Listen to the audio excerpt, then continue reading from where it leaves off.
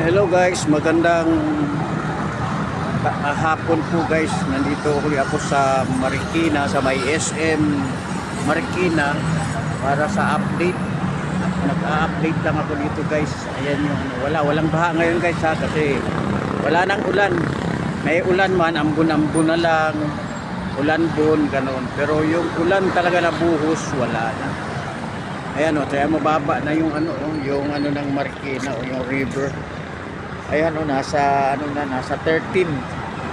12 na lang pala, 12. Nasa 12 lang number. Ayan o. Walang tao. May mga mangilan-gilan nga nakatambay, mga motorista. Ayan, ito lang sa dito guys. Marikina guys o.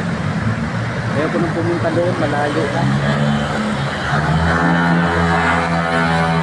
Punta na lang ako, pabalik na ako ng anak pawis ng kainita. Yan, wala akong magawa. Video na lang ako dito guys. Ayan yung ilog guys ng Marikina.